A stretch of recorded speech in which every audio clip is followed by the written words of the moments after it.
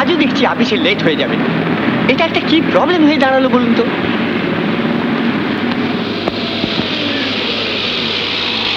উঠে আসুন। আমায় কিছু বলছেন? হ্যাঁ, কলেজে যাবেন তো? বাস আসছে, বাসে যাবো। আরে এই গাড়িতে গেলে আপনি বাসের আগে গিয়ে পৌঁছবেন। দেখছেন না পেছনে হর্ন দিচ্ছে, উঠে আসুন।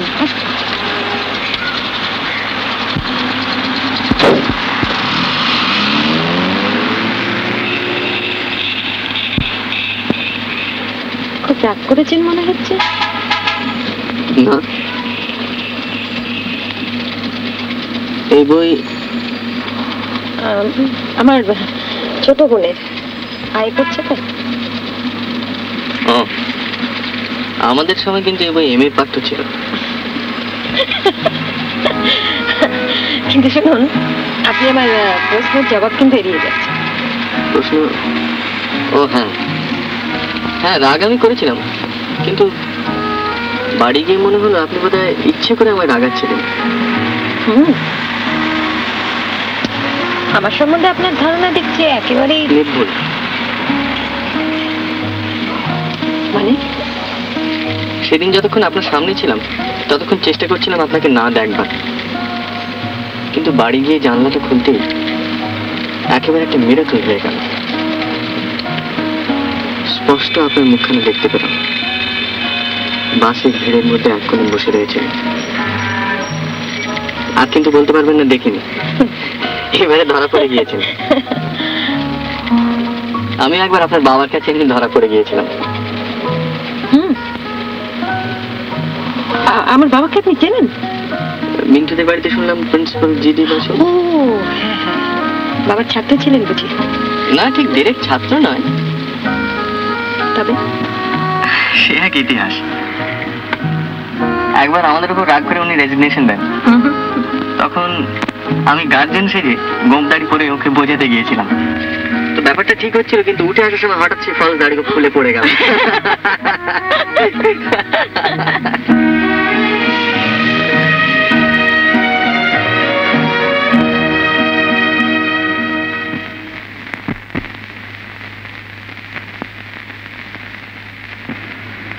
এই তারপর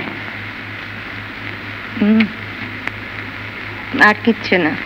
এই বল না বল না, বল না বল না, তারপর কি বল।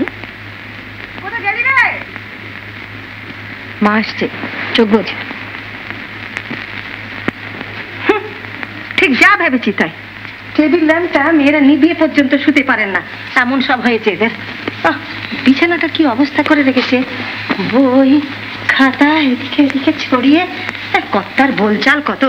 মেয়েরা এখন বড় হয়েছে, তুমি মেয়েদের পেছনে লেগে থাকো কেন? এদিকে সকাল না হতে হতে আমি বলবে, ও মা আমার ঘাড় ব্যথা করছে কেন, আমার এ হয়েছে কেন।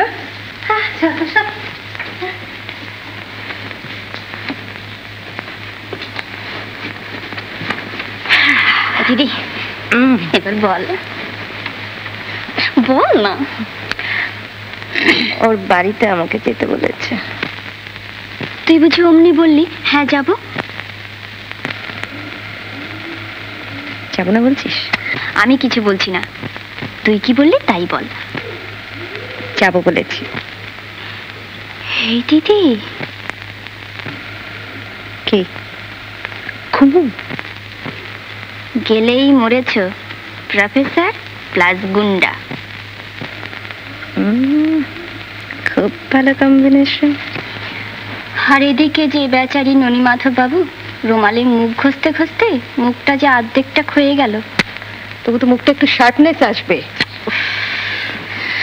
কি নিষ্ঠুর তুমি অর্চনা বোস।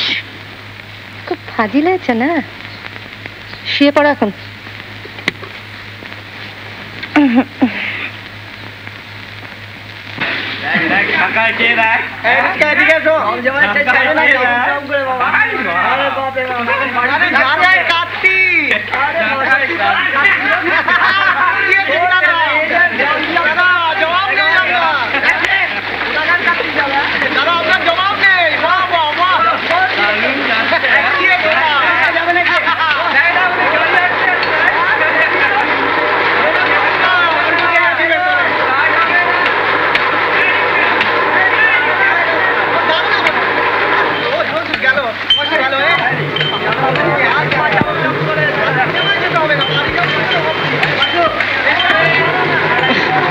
বাবা তুমি দেখো দেখিনি, অর্চনা তুই ঠিকই বলেছিলি, আজকে না বেরোলেই হতো। তুমি থামো, বাড়ির মধ্যে তুমি আর তোমার বড় মেয়ে যাতে ঠিক কথা বলো।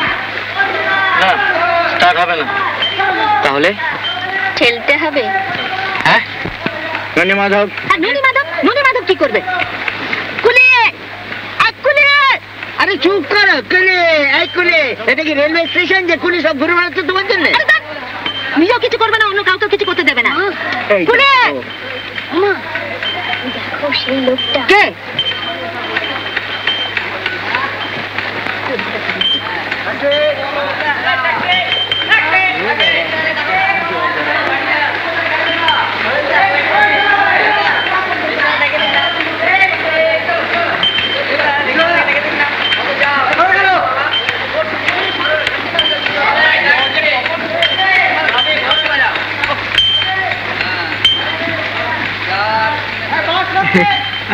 আপনি মানে আপনাকে যেন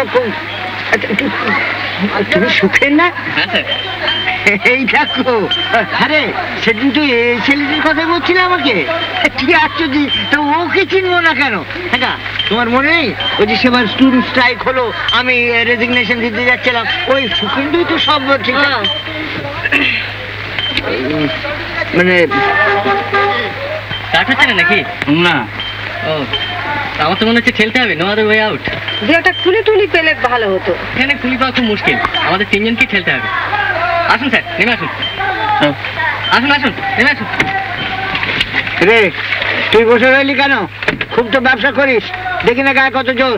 নাম নাম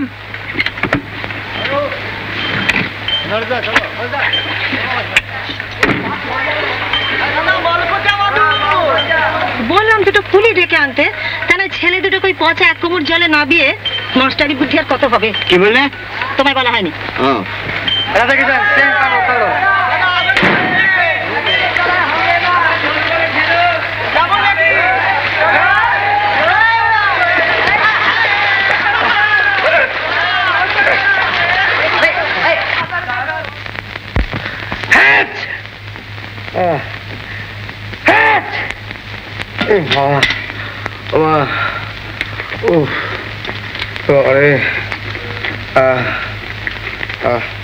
ওটা কি? হ্যাঁ গা হাত পা কামড়াচ্ছে বললে না? ফেলে দে ফেলে দে, কোথাকার কি এক থার্ড ক্লাস লোক, সে বললো উনি সঙ্গে সঙ্গে এক গলা জলের মধ্যে নেবে গাড়ি ঠেলো। রাবিশ, তো গাড়ি ঠেলতে গেলে কেন? গাড়ি ঠেলতে গেলে কেন? বাজে বকিস নি।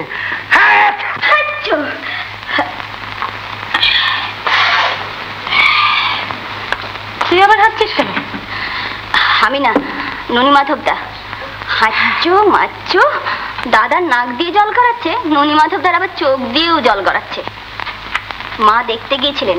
হয়ে গেল, কাজকর্ম সব ঢকে উঠলো। এতদিন ধরে যা খেটেছ, 2-4 দিন রেস্ট নিলে দেখবে ক্ষতি হবে না। ইয়া কি করিস নি, হুট করে ব্যবসা নামতেই হলো না? আমিও তো তাই বলছি, প্ল্যান করতে লেগেছে 1 বছর, তারপরে তুই তো যত নষ্টের মূল। ও মা, ওমা আবার কি? তাই না দাদা বাবু, কি কি আদার রস দিয়ে চা গো। ফেলে দে ফেলে দে। খেয়ে নাও, গায়ের ব্যথা মরে যাবে।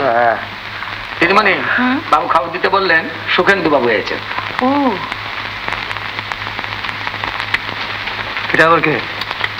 যার জন্য এই হাঁচো মাচ্চো। ও